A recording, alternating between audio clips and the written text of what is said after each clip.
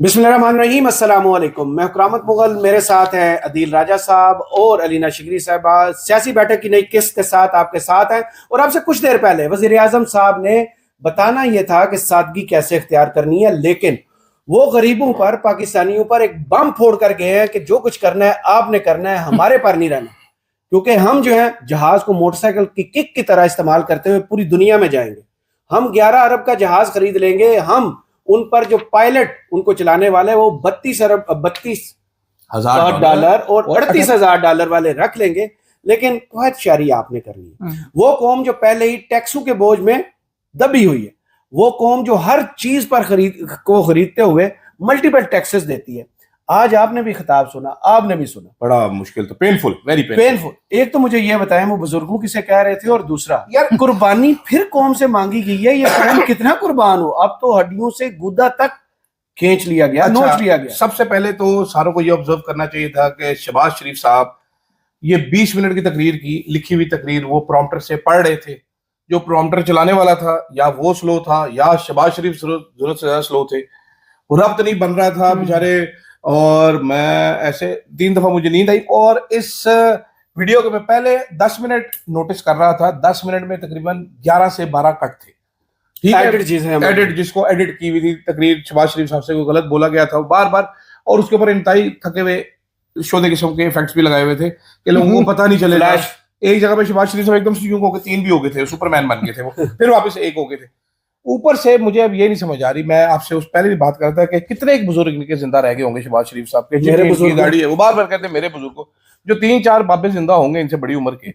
ठीक है, उनको क्या टेंशन है, नवाज शरीफ साहब उनके बड़े भाई, उनकी औलाद थी, उनको पालना है ना। तो मरियम नवाज ही पाल रही है ना नवाज शरीफ को। तो बुजुर्गों का मसला है। दूसरी चीज ये है कि ये हमने पहले देखा है कि वजीर आजम साहब आए हैं कौम को एतमाद में लेने के लिए कि जनाब टैक्स आप पे थोप दिया है, पेट्रोल महंगा कर दिया है, बिजली के बिल आपके इसी महीने हमने 2 रुपए फी यूनिट बढ़ाए हैं, गैस आपकी तकरीबन हम जब से मैं आया हूं अपनी शक्ल लेके 1200% महंगी कर चुका हूँ, बिजली जब से मैं हूं 2000% महंगी कर चुका हूँ, गोश्त आया हूं मैं तकरीबन 150% महंगा कर चुका हूँ, लेकिन रिलीफ मेरे पास आपके लिए कुछ नहीं है। देखें, आपने खुद ही कुछ करना है। और आदत इतनी पड़ गई है शहबाज शरीफ को मांगने की कि आज भी आगे वाला क्या कह रहा है कि जी ऐसे वक्तों में मुखियर हजरात आगे आते हैं।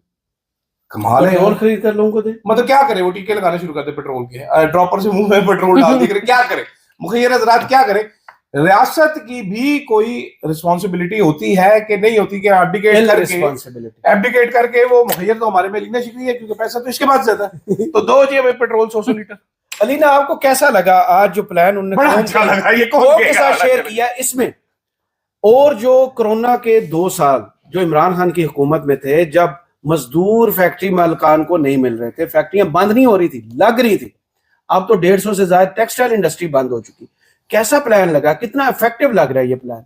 नहीं, मेरे ख्याल से शेयर मिसमैनेजमेंट, अगर ये सिर्फ जंगी हालात की वजह से हम ये दिन फेस नहीं कर रहे, हम इनकी कलेक्टिव नालायकियों, नाअहली, इनकॉम्पिटेंस की वजह से हम ये दिन फेस कर रहे हैं कि आपकी लोड मैनेजमेंट कोई प्लान ही नहीं है। मतलब आपके पास आप इस किस्म के हालात की तरफ मुल्क जा रहा था, आपकी मईशत पिछले जंगी हालात अभी बने, पिछले ये 4 साल से कलेक्टिवली पीडीएम का पहला दौर हमने जंग शुरू की, 28 फरवरी को अमेरिका ने ईरान के खिलाफ शुरू की। ठीक है, एग्जैक्टली पीडीएम का पहला दौर और पीडीएम का दूसरा दौर।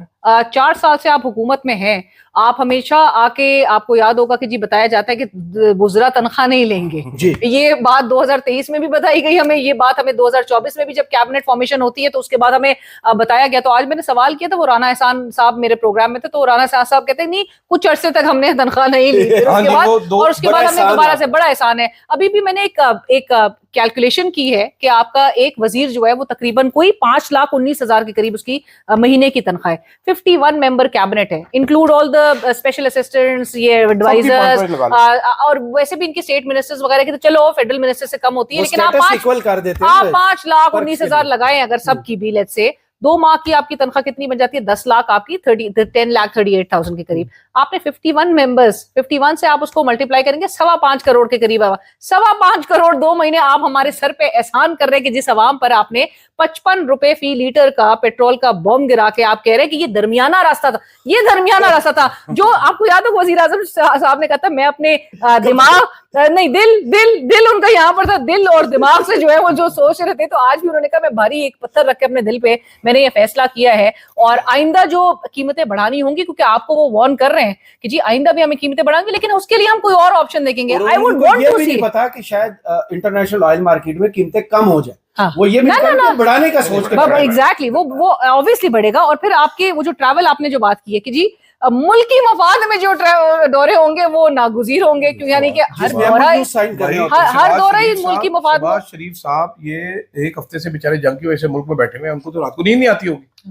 वो तो जहाज को टैक्सी की तरह इस्तेमाल करते हैं, मोटरसाइकिल। वो तो कम जब वो यहाँ दौरा करते तो लोग उनका शुक्रिया अदा करते हैं। शुक्र है कि आप एक और चीज हाईलाइट करना बड़ा जरूरी है कि जो भी वजीर मुशीर बनता है वो हमारे बाप के सर पे एहसान करता है कि मैं तनख्वाह नहीं लूंगा।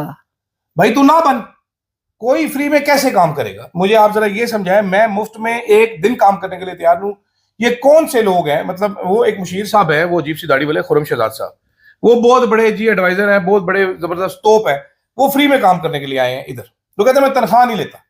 क्यों भाई? वो जो कह रहे हैं कि लेवी हमने इसलिए बढ़ा दी है ताकि अगला जब हम बढ़ाएंगे तो उस वक्त रिलीफ दें। वो ये लेवी है, वो लेवी जब रिलीफ देने का टाइम था, आपको याद होगा हमने बलोचिस्तान की सड़कों का नाम लिया था कि हमने वहां एक रोड बना। लेकिन मुझे ये बताएं कि इमरान खान के दौर में भी ऐसे फराटिये बड़े आते थे, हम तनख्वाह नहीं लेंगे, रंगबाज जिसे कहते हैं। भाई क्यों नहीं लोगे तनख्वाह? हम आपको तनख्वाह दे रहे हैं, तनख्वाह ले, काम तो करो। जो फ्री में काम करने आएगा वो फिर आपके लिए, आवाम के लिए काम तो नहीं करेगा ना।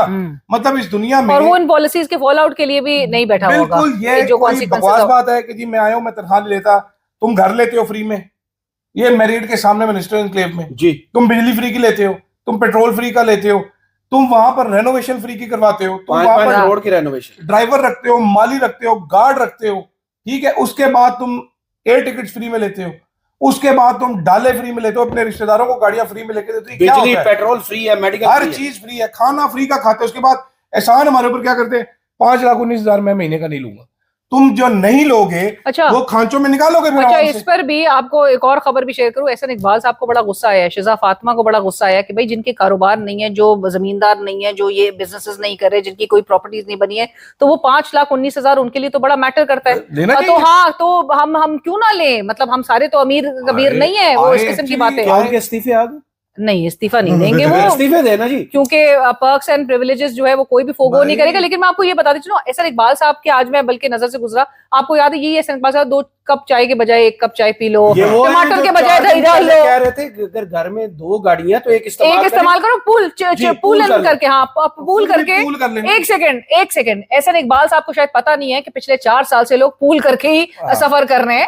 इसी तरह से हमें पता है जी, मतलब उनको लग रहा है कि वजीरों की अयाशी है कि एक ही जगह से निकलते हैं, ये एक ही जगह से निकलते हैं। मैं आपको मल्टीपल इंस्टेंसेस बता सकता हूँ। दफातर में जाते हैं, किसी जगह पे जाना होता है, एक वजीर अकेला अपनी गाड़ी में बैठ के आता है, 7 4 गाड़ियों का प्रोटोकॉल आता है, दूसरा वजीर उसी जगह से निकलता है, उसी जगह पे पहुंचना होता है, अकेला निकल के आता है, 7 वेली गाड़ियां फिर रही होती है। ये अगर जहाज में बैठ के जाते हैं तो गाड़ियां ये चेंज कौन करेगा? ये वो मेरे बुजुर्ग को आके 20 मिनट की तकरीर जारी, जिसमें 150 कट थे, प्रॉम्प्टर से देख के, मतलब हमारा वजीर आजम ये है कि जो ऐलान नहीं कर सका खुद से, वो प्रॉम्प्टर से देख के जो उसको लिखा गया वो पढ़ता रहा बैठ के आगे, और उसके बाद वो कह के गया जी कुर्बानी तो आपको देनी पड़ेगी, और मुखय्यर हज़रात अदील राजा को अब चंदा देना शुरू कर दी, क्योंकि मैंने ये हाल कर दिया कि सारे बेकारी हो जाएगी। ये दुनिया में किधर देखा है ये सरकारी? आपको याद है माली और नहीं, तो I am not a baker ना, ही इज अ बैकर। हां, तो वो अपनी बात ही करता भाई, वो भीख मांग, आई थिंक डेविस्टेशन, भीख मांगने आ गया। मैं ये बात समझती हूँ, beggars are not chooser. I think जो चूजर है ना वो इस वक्त तबाही है। डेविस्टेशन इज द हुकूमत है ओनली चूजर। हुकूमत में अभी पिछले महीने में 2 जहाज खरीदे जाते। भाई ये 2 जहाज खरीदे जाते। एक सेकंड, 8 मार्च ये लाहौर टू वियाना, ये फोटो देख लें सारे, ये लाहौर टू वियाना मरीम नवाज का जहाज गया है, ये N144S लाहौर टू वियाना 8 मार्च को जंग शुरू होने के, किस दिन जंग शुरू हुई है जी? 28 को शुरू हुई है ना, ये 8 मार्च को जा रहा है। ये कल की बात, पेट्रोल प्राइस बढ़ने से एक दिन पहले, कल हाँ जी, ये वियाना से होके आ रही है। क्या मरीम नवाज के लिए बिस्किट लेने गया था? ये खाली फिर के आ रहा है। सबसे ज्यादा महंगा जेट फ्यूल हुआ है ठीक है, ये बीबी जहाज चलाती फिर ये साथ, इसने 5 सहेलियां वो आगे 4 रखी हुई हैं, वो छोटे छोटे वो आगे हर एक को पड़ जाए कि ये अच्छा, बीबी ने भी कुछ मेजर्स लिए हैं जिसमें हॉर्स एंड कैटल शो पे बड़ा, हॉर्स एंड कैटल शो पे बड़ी तनकीद हो रही थी, हमने खुद भी तनकीद किया, उसको सस्पेंड कर दिया है जी। आगे जाके वो कब अरेंज करती है। सबसे पहले प्लान देती है केपी हुकूमत इनको, जब इनको ब्रीफिंग दी जाती है वजीर खजाना और वजीर पेट्रोलियम की जानिब से कि भाईजान हमने जो प्रेशर रोकना था वो प्रेशर डबल करके अवाम की तरफ कर दिया, आपने भी यही करना है, वो इनकार कर देते हैं। उनका प्लान कितना आपको बेहतर लगता है? और जो आज मरियम नवाज साहबा ने वो प्लान दिया, और इस सारे मामले के दरमियान एक बात मैं मिस कर रहा हूं कि वजीर आजम साहब ने जिनको कटहरे में खड़ा करना था, जखीरा अंदोज, पेट्रोल पंप मालिकान जो पहले पेट्रोल जिनको फायदा खरीद के लाए उनको वो खबरदार कर रहे हैं, जिनको फायदा देके उनको वो कह रहे हैं खबरदार खबरदार, अब कानून हरकत में आ जाएगा। अब नहीं कमाने, क्योंकि हमने 113 अरब तुम्हें पहले दे दिए एक पेट्रोल पंप जो है ना जी, और उस पर कम से कम, और उस पे आज आके मतलब हैरत मुझे इस बात पे हो रही है कि आप डिफेंड नहीं कर सकते इस इकदाम को, उस पे राना एहसान अफजल साहब दीगर जो है वो आके जस्टिफाई करें कि नहीं जी हमने ऑयल मार्केटिंग कंपनीज को कोई प्रॉफिट नहीं। पेट्रोल पंप जो है ना उस पे कम से कम 1 लाख पेट्रोल जहीरा होता है, 1 लाख लीटर, 1 लाख लीटर। तो जिस दिन ये 55 रुपए बढ़ाए गए हैं, हालांकि 8 दिन का कहा गया लेकिन एक दिन पहले बढ़ा दिया गया, इतनी जल्दी में 55 लाख रुपया अगर एक पेट्रोल पंप वाला एक दिन में निकाल रहा है तो उसको किसने सीधा करना? भैया आप उसको विंडफॉल प्रॉफिट जो खुद दे रहे, ये क्या वो घर से आके थोड़ी लेके गए। आपने तो बेसिकली आपने क्या किया था, आपने शुगर मिल वालों ने आप कहा जी एक्सपोर्ट करनी चीनी एक्स्ट्रा, आपने कहा एक्सपोर्ट कर लें, उसके बाद शॉर्टेज हो गई, आपने कहा जी इंपोर्ट कर लें, उन्होंने अपनी चीनी दोबारा गोदामों से निकाल के बेच दी, साथ आपने कहा 20 रुपए प्राइस बढ़ा दी, तो आपने 20 खानदानों को पैसे दे दिए। अभी आपने क्या कहा, अभी आपने 4 कंपनियों को 113 अरब रुपया देंगे, 1 लाख गाड़ी है, ये डॉक्टर फरूख सलीम की मैं आपको वो बता रहा हूँ जी, 1 लाख गाड़ी वगैरह 95 अरब सालाना पेट्रोल इस्तेमाल करते हैं। अभी ये हमें बता रहे हैं कि जी हम सस्ता कर रहे हैं, हम 60% गाड़ियां बंद कर रहे हैं, 60% गाड़ियां आपकी बंद होकर आपका निजाम मुल्क सही चलता रहेगा आपके ख्याल में, तो फिर ये एक्स्ट्रा गाड़ियां, तो एक्स्ट्रा गाड़ियां तो कुछ दिन पहले पेट्रोल का सबसे बड़ी खबर पंजाब से ही देखी थी, जहाज के बाद जो दूसरी खबर जी 108 गाड़ियां 1 अरब 25 करोड़ रुपए की, उसमें आईजी पंजाब और चीफ सेक्रेटरी को 4700 सीसी गाड़ियां दी जाएंगी जो कि अनलिमिटेड पेट्रोल के साथ चलेंगी।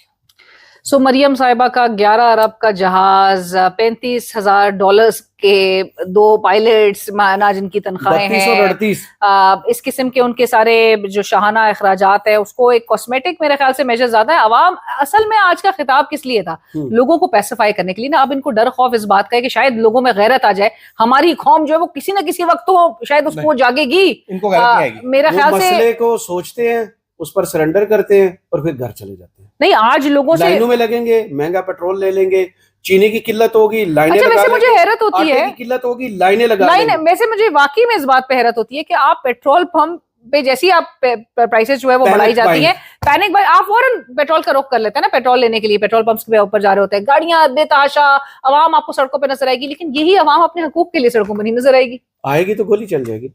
हाँ, डर खौफ या तो इतना क्रिएट कर दिए एक मिसाल नहीं, लेकिन फिर बांग्लादेश और ये सारे जो ममालिक थे वहां पे लोगों को नहीं खौफ था। हमारे यहाँ पर अभी मेरा ख्याल है गैरत की कमी है, विटामिन गैरत इज लेस। नहीं, वो आता है ना लेस विटामिन गैरत, नहीं तो फिर तो दबते रहेंगे, फिर तो ये इस किस्म विजुअल नहीं आपने दिखाने, आपने बांग्लादेश के विजुअल्स नहीं दिखाने, क्योंकि ये ना हो कि कोई जो सोई हुई चीज है वो इश्तियाल एकदम से पैदा हो जाए। नहीं, लेकिन ये बतदरीज जो है वो बढ़ना तो है, क्योंकि अब इंटरनेशनल ऑयल प्राइस आज 119 पे चला गया था ब्रेंट। दूसरा, हुकूमत यही जो है आज कशकोल लेकर सऊदी अरब के पास पहुंची, 10 अरब चाहिए, पूरा बताया गया हमें। मैं तो पूछती हूँ कि 10 बिलियन की वो इन्वेस्टमेंट सऊदीज की किधर है? वो 10 अरब 10 अरब रुपए और 10 अरब की होनी थी। हाँ, तो यूएई से किधर है भाई?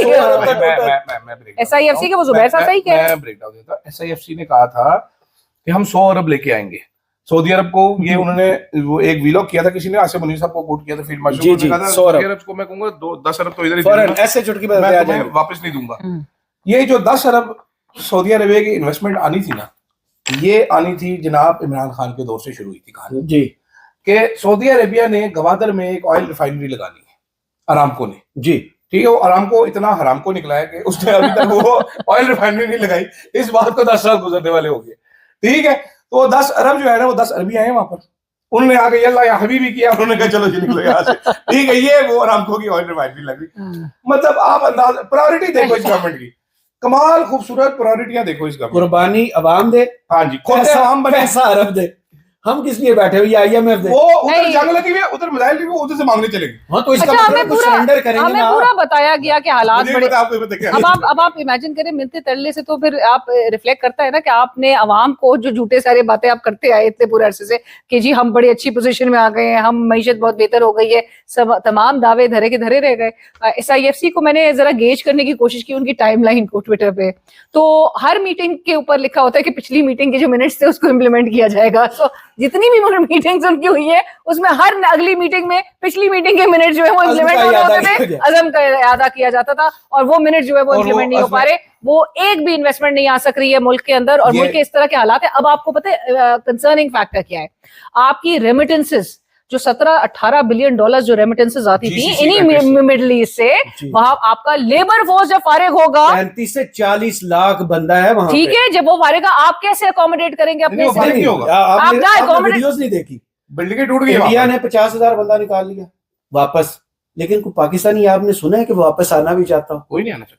वहां के वीडियो सुने जो पाकिस्तानी कहते हैं कि हमने मुश्किल से मुश्किल हालात में भी यहाँ से नहीं जाना, करेंगे क्या आप यहाँ उस पर होल आकर? को, आप मैं यही बोलना चाह रही हूँ ना, 17 कि to वो 18 बिलियन जो वो जान रेमिटेंस दांव पे, पर लगा रहे हैं क्योंकि यहाँ कुछ अब नहीं। आप इमेजिन भाई, करें उधर 7 job to 8 cuts होंगे बिलियन। तो क्या होगा? अब जो मजदूरों शॉर्टफॉल की आएगा, जरूरत है। वो जो होल होगा, वो गैप होगा, वो आप कैसे उसको भी कैसे फिल करेंगे? फिर जो शॉर्टेज होगी डॉलर्स की, उससे आपका क्या, आपकी रुपी के ऊपर वैल्यू पे जो है वो उसका असर पड़ेगा। आपके तेल की Loans कीमतें double बढ़ने हो से जाएंगे। आपका भाई, इन्फ्लेशन वगैरह। हमारा वज़ीर So, Azam you know- Shahbaz शरीफ है, वो मांग लाएगा कहीं, तो एक्सपर्ट है मांगने में। 4 साल में क्या मांग के लाए? पता नहीं, जो भी लाए मांग के लेके आया, अपना तो कुछ नहीं। आज ना ना ना 2 अरब तो वो नहीं आ रहा जो अजरबैजान को हमेशा आज शहबाज- बताते रहे 4 साल से कि वो यहाँ पे और लेके एक आए। वो भी है, शहबाज वो साहब एक- की आज भी CV उन्होंने अपनी उस तरह से सामने रखी शुरू है। कैसे तकरीर आज की? जब उन्होंने शुरू की यार, तो उन्होंने salute. Tara boss, Tara Tara is 30 साल से आंखों का तारा, तो ही ऑलवेज हैज टू से तारा दैट। और सितारा जो है ना वो बड़ी तेज तो है, आज वो जो- कबूल ही आते। शुक्रिया अदा किया मैंने, कहा कोई चीज का क्रेडिट तो खुद लो। अभी अब आप देखिए, स्मार्ट है, मतलब पॉलिटिकल लोग हैं ना, पॉलिटिक्स करते हैं, हर स्पीच में आके जब आप क्रेडिट देते हैं किसी को, तो आप पूरा जो मलबा दिखा रहे हैं, तो आप किसी को क्रेडिट दे रहे हैं कि जी इन हालात के पीछे हम अकेले नहीं है, इन हालात में। एंड दिस इज वेरी नालायकी, मेरे ख्याल से पंजाब अगलों को भी जरा से इसको बड़ा सख्ती से इस बात को लेना चाहिए कि यार पंजाब हर के चीज में बाई हमें नहीं आगे इलेक्शंस चलो। के बाद आखिरी मर्तबा नवाज शरीफ साहब की पब्लिक रहनुमाई करवाई गई थी। उन्होंने आके एक स्पीच जारी थी जिसमें उन्होंने फिक्स करने का भी कहा था, इमरान खान के हवाले से इशारे किए थे कि फिक्स करने। हाँ, दूसरी जानब उन्होंने कहा था कि इकोनॉमी जो है वो टेक ऑफ कर नहीं रही, कर चुकी है। वो कहाँ करके चली गई? वो चली गई है। वो भी है, नवाज शरीफ के आबाई बोल चली गई जंग है तो आज लग रही है ना जी, 4 माह पहले की उनकी तकरीर है। नहीं, हम पता नहीं कब से सुन रहे हैं एशियन टाइगर, एशियन टाइगर बन रही है पाकिस्तान की मईशत। एहसन इकबाल साहब 2030 का प्लान जो है वो कितने दहाइयों पहले से दे रहे हैं। आज भी एहसन इकबाल साहब आज पूल करके जाने का कह रहे हैं। आप अंदाजा करें, मतलब आप वजीरे मंसूबाबंदी, ये प्लानिंग वो- का हाल देखें यार, ये आप। प्लीज, मैं- दानियाल अजीज साहब ऐसा सही करते हैं। मैं इस पे कुछ कहना चाहता हूँ प्लीज कि कहिए। एहसन इकबाल साहब वो नालायक आदमी है। ये दुनिया के बड़े बिजनेस स्कूल से पढ़ के हैं, वॉटन, ठीक है। मेरे दिल में उस बिजनेस स्कूल की इज्जत खत्म हो गई है। मैं आपको सच बताना चाहता हूँ कि इतना नालायक मनसूबाबंदी वाला बंदा मैंने जिंदगी में कभी नहीं देखा होगा। ये बंदा आता है, ये बंदा आके जब नवाज शरीफ हाल साहब की बात नहीं करता, 2030, 50, नहीं, 35 नहीं, से पीछे रुकता नहीं है। 99 में इन्होंने दिया था विजन, पहले दिया था विजन 2010, हाँ। हुकूमत बढ़ गई नवाज शरीफ की। फिर इन्होंने दिया था विजन 2015, हुकूमत फिर बढ़ गई। फिर दोबारा है इन्होंने विजन 2030, आपको याद होगा सारों को, वो पकड़ा दिया कौम को। 2030 का फिर हुकूमत बढ़ गई, नवाज शरीफ भी बढ़ गया करियर पूरा। ये भरोसा है। इस बार ये पनौती है। इस भरोसा बार है। ये लेके आया है कि उड़ान पाकिस्तान, वो पाकिस्तान की उड़ान देख लें जरा आज। हाँ, तो नीचे इनको की कमर वो जो नोज डायल। वो इंडियंस नहीं करते दरख्त से बांध के पहले यार आज क्या करना। नहीं, ये मतलब इतना नैश आदमी। क्या इस हुकूमत की आज मुकम्मल नाकामी का ये ऐलान था और क्या हाँ जी, सब बंद कर दिया आपने। क्या इस हुकूमत को चलाने के लिए इमरान खान की कहीं कमी नजर आ रही है? क्या दोबारा कल एक मुलाकात का दिन भी है? पिछले भी हुकूमत के पास मुकम्मल चांस था कि जंग का ऐलान हो रहा है, हम अफगानिस्तान के साथ जंग कर रहे हैं, उधर ईरान के साथ इंटरनेशनल वार स्टार्ट हो चुकी है, लेकिन हमारी सारी तवज्जो उस दिन भी यही थी कि हमने इमरान खान से उनकी बहनों की मुलाकात नहीं होने देनी, मुआलिजीन की मुलाकात नहीं होने देनी। इमरान खान का जो मेडिकल इशू है, इन सारे मसाइल के नीचे क्या PTI ने खुद दबा दिया है या वाकई वो मसला अब छोटा लगना शुरू आई थिंक मेरे ख्याल से पीटीआई के पास एक अपॉर्चुनिटी थी 8 फरवरी 2024 की इलेक्शंस की, कि जब पीटीआई जो है वो वाकई में वो पब्लिक क्योंकि बाहर निकली थी, और अब ये मेरे ख्याल से एक वो वाहिद एक सेकंड उनके पास अपॉर्चुनिटी आ रही है कि जहां पर आप वाकई में अवामी मसाइल के ऊपर खड़े होके आप अपने मुतालबात भी साथ रख के एक प्रेशर, आप हुकूमत दबाव में है, क्लियर पैनिक नजर आ रहा है, वो सब आपने पूरा मुल्क जो है वो बंद कर इंडिया दिया के है। साथ जंग होती है तो एस्टेब्लिशमेंट खुद राब्ता करती है ना इमरान खान से, भाई ट्वीट कर दे। Exactly so the incumbents are under pressure, under extreme pressure right now. सब बंद करके जब आप ये ईरानी जंग का एक जो शहबाजी टोटका जो हमें दिखा सामने जो सामने जो ईरानी जंग का शहबाजी टोटका, तो ठीक है, तो आप एक्सपेक्ट करें कि जी सब कुछ बदल जाएगा। ये अभी भी ये मौजूदा इनकम्बेंट्स तो अपना पूरा पैकअप का एक निजाम पूरा तैयार कर रहे हैं ना, कि हमने पूरा बोरिया बिस्तरा हमने, क्योंकि अगले जो लेकर आए जिन्होंने इंस्टॉल किया है वो इनका बैगेज तो नहीं उठा पा रहे। गवर्नेंस ही थी ना इनसे एक्सपेक्टेड, वो तो कहते हैं हमने अपने हिस्से का काम किया, इन्होंने नहीं किया ना, कहते हैं हम उनका बोझ उठा उठा के हमारी कमर दोरी हो। यार ठीक वैसे है, आपस की बात है, आप दोनों की मैं बात समझा दूं। आज समझाओ जी सियाने हो। वजीर खारजा करो, वजीर खजाना औरंगजेब और पाव हॉलैंड वाला जो है उसकी जो वो मीटिंग थी, उसमें देखा ना आपने नाम किसका चल गया, कर्नल अम्माद, ठीक है, उसने मीटिंग कॉल की हुई थी। मतलब वो वजीर है जो है उसकी मीटिंग कर्नल करवा रहा है। ये औरी जो है ना बॉलीवुड के औरी जो है, ये वो हुकूमती फकी है जो ये खा रहे। अब मैं आपको खबरें बताता हूँ जी, ठीक है। इमरान खान की आंख हो गई खराब जी 85%, 85% आंख हो गई खराब। अब हमें कर्टसी प्रो नून लीग प्रो एस्टेब्लिशमेंट यूट्यूबर्स पता चल रहा है कि नहीं, अब वो सिर्फ 15% रहेगी। अच्छा 70% उनकी आंख बिल्कुल सेट हो चुकी है। अब वो सुई में धागा डाल सकते हैं, उस लाइक क्रोशिये बना रहे थे आगे बागे। ये हुकूमती डाउट्स कह रहे हैं, ये वो हुकूमती डाउट्स हैं जो कि शहबाज शरीफ साहब के इस पूरे बोझ को कह रहे हैं कि जी उन्होंने अभी बहुत फायदा दिया है। वो फायदा। अच्छा खबर क्या है, आप कह रहे थे कि जी माहौल, अब वो हांडी एक पीटीआई ने इस पूरे माहौल में देखे ना वो रोल जो प्ले करना चाहिए था नहीं किया। पीटीआई क्या कर रही है, ऑपोजिशन अगर अलीमा खान ना हो तो पीटीआई क्या करे? वो अलीमा खान का दुरुपयोग तो पीटीआई कर क्या रही है, मैं आपको समझाता हूँ। मुराद सईद की किताब में एक चैप्टर है जहां पर वो बताते हैं कि जनाबे वाला पीटीआई के अपने बंदे हमें कहना शुरू हो गए थे कि गद्दारी का केस बन जाएगा, गद्दारी का केस बन जाएगा, आप वो रेजिस्ट ना करें और जाने दें। ठीक है, वो गद्दारी का केस का बैकग्राउंड क्या था? वो बैकग्राउंड ये था कि जनरल बाजवा ने धमकी लगाई थी जी। इतने में जो आजम खान है, जो वजीर आजम के पीएसओ थे या प्रिंसिपल सेक्रेटरी थे, वो आते हैं कमरे में, उनसे पूछा जाता है, कहते हैं कैसे काबीना के ऊपर गद्दारी का केस बन सकता है, यार पागल तो नहीं हो गए? अभी मेरे पास खबर ये असद उमर साहब ने कहा था और फवाद चौधरी साहब ने नहीं कि आर्टिकल 6 लग जाएगा जी। हाँ जी, इन दोनों ने कहा। तो अभी मेरे पास खबर ये है कि जो पीटीआई के बंदे हैं, जब एहतजाज की बात होती है तो पीटीआई के अपने लोग कहते हैं कि जनाबे वाला आर्टिकल 6 भी लग सकता है हमारे पे, हम एहतजाज करने निकलेंगे, हमारे पे केस बन जाएगा, हमें इलेक्शन कमीशन नायल करवा देंगे, फिर हम घर चले जाएंगे, तो इसलिए एहतजाज नहीं करना। ठीक है, ये तहरीक इंसाफ की अपनी हालत है। वरना इस टाइम पे जो अवाम का हाल हो रहा है, इस टाइम पे आप यकीन करें, आज वज़ीर आज़म साहब के लिए मतलब बेशर्मी की इंतहा देखें। मैं पीटीआई इसको अवेल नहीं करेगी। नहीं वो बेगैरत हुई है पीटीआई वाले कि आप जो क्यादत इस वक्त बैठी नहीं वो सारी अवाम बहुत सड़कों पर वज़ीर आज़म साहब आज कह रहे हैं जी 3 लाख और उससे ऊपर वाले की हम 2 दिन की सैलरी काटेंगे। क्यों? Who are you? मॉनिटर लगा कौन है तू? मैं क्यों काटेंगे आप? भाई हम सैलरी काट लेंगे। इस टाइम अगर आप 1 लाख रुपया, आप इसको ज्यादा करें आप 1.5 लाख रुपया। यार मैं तो सोच रहा था वो मरियम का जहाज नीलाम करने आ रहे मैं बेवकूफ, मैं ये सोच के बैठा हुआ था। मरियम ने चपेड़े मारती हुई चाचे को, नस चाचे इधर। तो जनाबे वाला ये तरीके इंसाफ का हाल है, ये तरीके इंसाफ का हाल है। ठीक है कि इस अपॉर्चुनिटी को भी मिस पूरा दिन बहनों के, इमरान खान की बहनों के खिलाफ प्लानिंग करते रहते हैं, पूरा दिन बेशर्मों की तरह बैठे रहते हैं और कोई काम नहीं है। क्या हो गया आप दोनों को? क्या हो गया? नींद आ गई आप दोनों को? यही सवाल आपसे। पीटीआई ने कितनी बड़ी अपॉर्चुनिटी मिस किया और इमरान खान के केस को कारपेट के नीचे डालने में इनका कितना रोल है? आपको याद है 2022 का जो टाइम था, 2022 का जो टाइम था वोट ऑफ नो कॉन्फ्रेंस के वक्त, उससे कबल जो है पाकिस्तान तहरीक इंसाफ की जो पोजीशन थी, जब वो लास्ट के डेज थे उसके गवर्नमेंट में, और क्या कहा जाता था कि जी अगर अपने बैगेज के साथ इलेक्शंस में जाती तो शायद लोग पीटीआई को वोट भी नहीं करते, जो उस वक्त की कारकर्दगी थी। 13% इन्फ्लेशन थी, उस पर इमरान खान साहब अनपॉपुलर हो गए थे। आई थिंक अब पीटीआई की, इमरान खान साहब की नहीं, इमरान खान साहब के साथ वोटर खड़ा है, उसकी एट्रोसिटीज जो उसके साथ ऑपरेसिव टैक्टिक्स हो रहे हैं, इमरान खान का वोट बैंक जो अपनी जगह इंटैक्ट है। लेकिन पीटीआई की जो पोजीशन इस पूरे 4 सालों में जो फ्लिप की थी, जो लोग जो है उसकी तरफ एक सपोर्ट के तौर पे बढ़े थे, वो चीज जो है वो पाकिस्तान तहरीक इंसाफ जो है अब बिल्कुल दोबारा से 2022 वाले उस मोड में चली गई है, जहां पे लोगों को अब पाकिस्तान तहरीक इंसाफ से कोई तवक्कुआत नहीं रही कि मतलब उनके इश्यूज पे भी इमरान खान की रिहाई के लिहाज से, दीगर वर्कर्स की रिहाई के लिहाज से, मतलब आप क्या कर रहे हैं? चुप करके बैठे, आप कह रहे हैं जी मुज़ाकरात एंगेज करेंगे जेल से मतलब फैसले इंप्लीमेंट होने से, जब इमरान खान के पास ये अथॉरिटी थी कि एस्टेब्लिशमेंट भी चल के जाती थी कि हमें ये फैसले में आपकी मदद चाहिए, पीटीआई की क़यादत जो मोहतरम बैरिस्टर गौर साहब है वो यहाँ तक ले आए हैं कि फैसला तो दूर की बात, मुलाकात भी नहीं है, इलाज भी नहीं है, डाउनग्रेड हो गए ना पूरा, आपका पूरा जो टारगेट है, टारगेट को आपने डाउनग्रेड कर दिया है। और आप जो है वो इतनी वीक पोजीशन के साथ, इस तरह के डोसाइल एटीट्यूड के साथ, इतनी कॉम्प्रोमाइज पोजीशन के साथ कभी अपनी आप डिमांड्स नहीं मनवा सकते।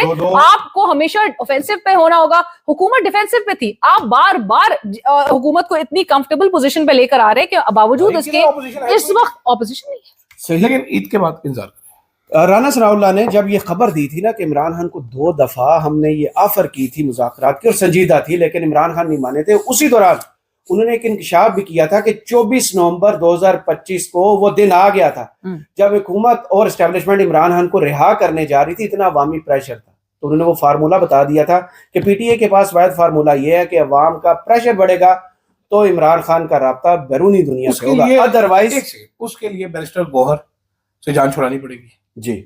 उसके लिए आपको सलमान अकरम राजा साहब को यखनी के 12,000 इंजेक्शन इकट्ठे लगाने पड़ेंगे। वो जो देखे बंदे बाहर निकले, वो कहता है 1.5 लाख बंदे से इंकलाब नहीं आएगा, 2 लाख से भी नहीं आएगा, 5 लाख से भी नहीं आएगा, तो तू तो बाहर निकलना यार। हाँ, अब देखना यह है कि ईद के बाद जो कंटेनर दिखाया गया था आजादी या मौत वाला, मौत ही है, सुहेल अफरीदी साहब वो कंटेनर निकाल लेंगे। हो सकता है कंटेनर निकालने की बजाय सुहेल अफरीदी साहब वो बैनर हटा दें, ये तो वक्त बताएगा। फिलहाल सियासी बैठक से वही बैनर, खबर बता रहा हूं, वही बैनर वही कंटेनर ईद के 2 हफ्ते बाद। बहुत शुक्रिया आदिल राजा साहब और अलीना शिगरी साहब, इजाजत दीजिए और कमेंट्स बॉक्स में जरूर बताइएगा वीडियो आपको कैसी लगी।